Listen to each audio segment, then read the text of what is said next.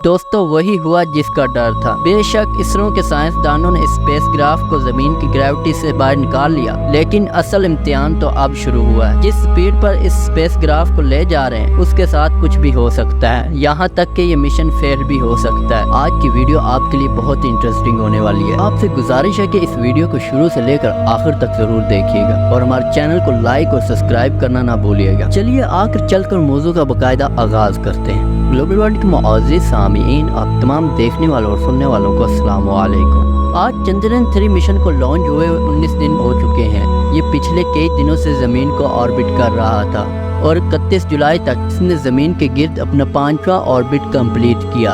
उसके बाद 1 अगस्त रात 1 बजे इसरो के साइंसदानों ने इसे चांद की तरफ जाने वाले रास्ते पर डाला।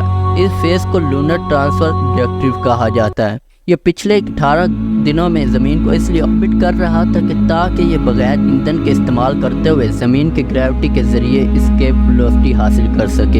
एस्केप वेलोसिटी वो चीज़ होती है जिसमें स्पेस क्राफ्ट ज़मीन के ग्रेविटी के ज़रिए इतनी स्पीड हासिल कर ले कि वो आसानी से इसकी ग्रेविटी से बाहर निकल सके। ये बात आप जान लें कि ज़मीन की एस्केप वेलोसिटी 11.2 किलोमीटर फी सेकंड है, यानी 40,270 किलोमीटर फी घंटा। इतनी ज़्यादा वेलोसिटी के होते हुए भी इसरो के साइंसदानों ने बहुत बड़ा रिस्क लिया। अपनी पिछली वीडियो में आपको बताया कि हर ऑर्बिट के 2 पॉइंट होते हैं, एक पेरिजीव जो ऑर्बिट के करीब वाला पॉइंट है और दूसरा ओपेजी जो ऑर्बिट का दूर वाला पॉइंट है। ये दूर वाला पॉइंट ज़मीन से 1,27,000 किलोमीटर दूर है और इसकी पेरिजीव जो इसके करीब वाला है वो 236 किलोमीटर दूर था। जब ये अपने ऑर्बिट के करीब वाले पॉइंट पर पहुंचा, इसरो के साइंसदानों को एकदम सही पॉइंट पर उस टाइम के लिए एक बटन दबाकर ये दूसरे इंजन को ऑन करना था और इसे एक बूस्ट देना था, जिससे इस स्पेस क्राफ्ट की स्पीड इतनी हो जाती कि जिसकी वजह से ये ज़मीन की एस्केप वेलोसिटी यानी 11.2 किलोमीटर फी सेकंड की रफ्तार से बाहर निकल जाता है। इस पॉइंट पर आकर इसरो के साइंसदान बटन को दबाने में 1 सेकंड भी लेट हो जाते या इंजन को कम टाइम के लिए चलाते तो इस स्पेस क्राफ्ट को एक सही बूस्ट ना मिल पाता और ये मिशन पूरी तरह से फेल हो जाता। लेकिन इसरो ने बिल्कुल सही पॉइंट पर और सही टाइम पर इस इंजन को ऑन किया और ये चांद की तरफ चला गया। जिस रास्ते से ये चांद की तरफ जा रहा है उसे लूनर ट्रांसफर ऑब्जेक्टिव कहते हैं। इस रास्ते को साइंसदानों ने पहले से ही प्लान किया हुआ था और चंद्रयान 3 इसी रास्ते पर चांद पर जाएगा। करने वाली बात यह है कि जिस रास्ते से ये चांद तरफ जा रहा है वहाँ अभी तक चांद मौजूद ही नहीं है। जी हाँ, आपने बिल्कुल ठीक सुना है। इस स्पेस क्राफ्ट के एंडिंग पॉइंट पर इस टाइम चांद मौजूद ही नहीं है।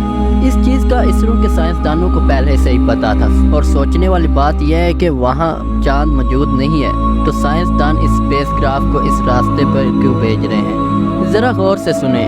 आप दौड़ रहे हैं और एक ट्रेन फुल स्पीड से आ रही है। दौड़ते दौड़ते आपको ये जज करना है कि आप किस पॉइंट पर जाकर उस पर बैठ सकते हैं, यानी अभी ट्रेन पीछे है और आपने ये देखना है कि ये ट्रेन किस जगह पर जाकर रुकेगी। सेम इसी तरह चांद भी उसी जगह पर नहीं है जहाँ पर स्पेस क्राफ्ट जा रहा है। चांद अभी तक उस पॉइंट से पीछे है। जब स्पेस क्राफ्ट अपने पॉइंट पर पहुंचेगा चांद भी उस जगह पर पहुंच जाएगा, क्योंकि चांद एक फिक्स जगह पर रुका नहीं हुआ, वो ज़मीन को ऑर्बिट कर रहा है। इसीलिए इसरो के साइंसदानों को पूरी कैलकुलेशन के साथ ये प्लान करना है किस वक्त चांद किस पॉइंट पर होगा और स्पेस क्राफ्ट की स्पीड कितनी रखनी है कि ये बिल्कुल सही पॉइंट पर चांद पर पहुंच जाए। इसलिए साइंसदानों ने पेरिजी की सब पॉइंट पर आते ही स्पेस क्राफ्ट को उतना ही बूस्ट देना था जितने बूस्ट से ये उस पॉइंट तक पहुंच जाए जहां चांद ने आना है। जबकि स्पेस क्राफ्ट ज़मीन के ग्रेविटी के पास जाता तो इसकी स्पीड ज़्यादा हो जाती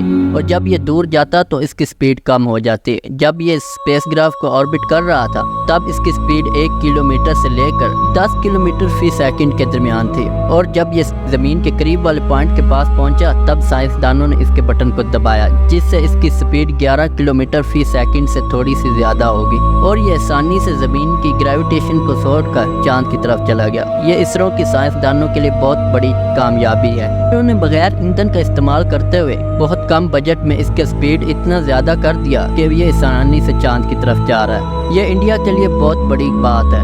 आप सोच भी नहीं सकते कि इसरो के साइंसदानों ने कितनी कैलकुलेशंस और प्लानिंग की होगी। ये सब करने के लिए नासा भी अपने रोबोट्स को मार्स पर भेजने के लिए इसी टेक्निक का इस्तेमाल करता है। जिससे वो जमीन की ग्रेविटी के जरिए अपनी स्पेसक्राफ्ट को मार्स पर भेज। स्पेसक्राफ्ट ट्रांस लूनर स्पेसक्राफ्ट में जा चुका है। ये 5 अगस्त को चांद पर पहुंचेगा और जिस तरह ये जमीन को ऑर्बिट करता रहा, इसी तरह चांद को ऑर्बिट करता हुआ चांद के करीब होता जाएगा और ये फिर एक सही पॉइंट पर आकर इसे चांद पर लैंड करवाया जाएगा।